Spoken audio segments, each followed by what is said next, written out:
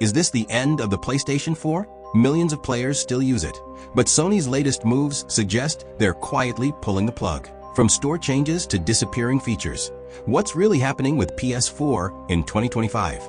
Stick with me, because by the end, you'll know whether it's finally game over. The PS4 was a legend. With over 117 million units sold, it became one of the best-selling consoles of all time. But in 2025, things are looking different. Sony is slowly cutting off. No new major exclusives, fewer updates, and even basic support like wallet credits are being removed. Players are starting to notice, and the big question is, how much longer can the PS4 survive? And wait until you hear the one feature that's already gone, even if you didn't notice.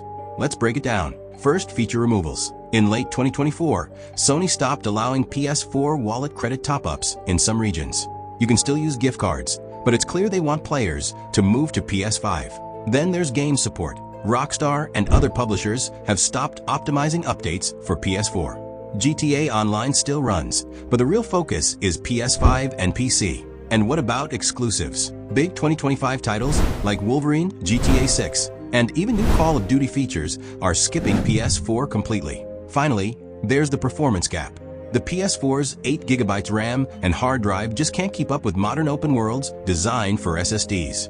All of this shows Sony is shifting resources away. But here's the shocking part. They're not announcing it outright, because millions still play on PS4 every single day. And that brings us to the big question. What happens to online support? That's where things get interesting. Sony usually follows a pattern. Remember the PS3? They slowly phased it out by cutting features first, then support, then eventually closing servers. The same thing is starting now with PS4. Multiplayer is still alive today, but industry insiders believe Sony will begin winding it down within the next 2 years, starting with smaller titles first. For PS4 owners, that means you have two choices. Keep enjoying your PS4 while it lasts, but expect more missing features, or start planning the move to PS5, especially with prices dropping and bundles appearing more often. And here's the kicker. If you want to play GTA 6 or Sony's next exclusives, PS5 won't just be optional. It'll be the only way forward. So, is this really the end of PS4? Not overnight. But 2025 is clearly the beginning of the final chapter.